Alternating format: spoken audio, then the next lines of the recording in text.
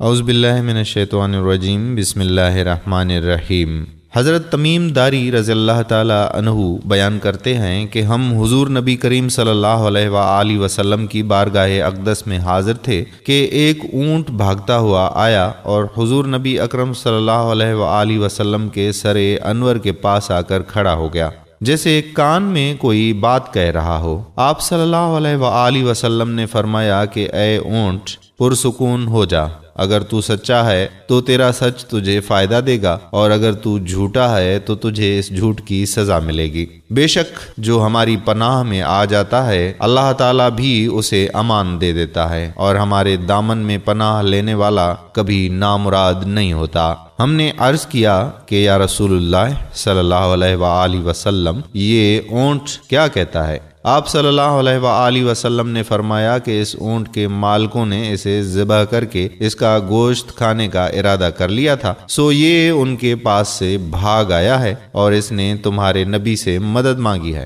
ہم ابھی باہم اسی گفتگو میں مشغول تھے کہ اس اونٹ کے مالک بھاگتے ہوئے آئے۔ جب اونٹ نے ان کو دیکھا تو وہ دوبارہ حضور نبی اکرم صلی اللہ علیہ وآلہ وسلم کے سر مبارک کے قریب ہو گیا اور آپ صلی اللہ علیہ وآلہ وسلم کے پیچھے چھپنے لگا۔ ان مالکوں نے عرض کیا کہ یا رسول اللہ صلی اللہ علیہ وآلہ وسلم، ہمارا یہ اونٹ 3 دن سے ہمارے پاس سے بھاگا ہوا ہے اور آج یہ ہمیں آپ کی خدمت میں ملا ہے۔ اس پر آپ صلی اللہ علیہ وآلہ وسلم نے فرمایا کہ یہ میرے سامنے شکایت کر رہا ہے، یہ کہتا ہے کہ یہ تمہارے پاس کئی سال تک پلا بڑھا، جب موسم گرما آتا تو تم گھاس اور چارے والے علاقوں کی طرف اس پر سوار ہو کر جاتے، اور جب موسم سرما آتا تو اسی پر سوار ہو کر گرم علاقوں کی جانب کوچ کرتے۔ اب جب کہ یہ اس خستہ حالی کی عمر کو پہنچ گیا ہے تو تم نے اسے ذبح کر کے اس کا گوشت کھا لینے کا منصوبہ بنا لیا ہے۔ انہوں نے عرض کیا کہ خدا کی قسم یا رسول اللہ صلی اللہ علیہ وآلہ وسلم، یہ بات بالکل اسی طرح ہے جیسے آپ نے بیان فرمائی۔ اس پر حضور صلی اللہ علیہ وآلہ وسلم نے فرمایا کہ ایک اچھے خدمت گزار کی اس کے مالکوں کی طرف سے کیا یہی جزا ہوتی ہے؟ وہ عرض گزار ہوئے، یا رسول اللہ صلی اللہ علیہ وآلہ وسلم، اب ہم نہ اسے بیچیں گے اور نہ ہی اسے ذبح کریں گے۔ اس کے بعد آپ صلی اللہ علیہ وآلہ وسلم نے اس اونٹ کو ان سے 100 درہم میں خرید لیا اور پھر فرمایا، اے اونٹ جا، تو اللہ تعالیٰ کی رضا کی خاطر آزاد ہے۔ اس اونٹ نے حضور صلی اللہ علیہ وآلہ وسلم کے سر مبارک کے پاس اپنا منہ لے جا کر کوئی آواز نکالی تو آپ صلی اللہ علیہ وآلہ وسلم نے فرمایا آمین۔ اس نے پھر دعا کی، آپ صلی اللہ علیہ وآلہ وسلم نے پھر فرمایا آمین۔ اس نے پھر دعا کی، آپ صلی اللہ علیہ وآلہ وسلم نے پھر فرمایا آمین۔ اس نے جب چوتھی مرتبہ دعا کی تو آپ صلی اللہ علیہ وآلہ وسلم آپ دیدہ ہو گئے۔ ہم نے عرض کیا کہ یا رسول اللہ صلی اللہ علیہ وآلہ وسلم، یہ اونٹ کیا کہہ رہا ہے؟ آپ صلی اللہ علیہ وآلہ وسلم نے فرمایا کہ اس نے پہلی دفعہ کہا، اے نبی مکرم صلی اللہ علیہ وآلہ وسلم، اللہ تعالیٰ آپ کو اسلام اور قرآن کی طرف سے بہترین جزا عطا فرمائے۔ میں نے کہا آمین۔ پھر اس نے کہا کہ اللہ تعالیٰ قیامت کے روز آپ کی امت سے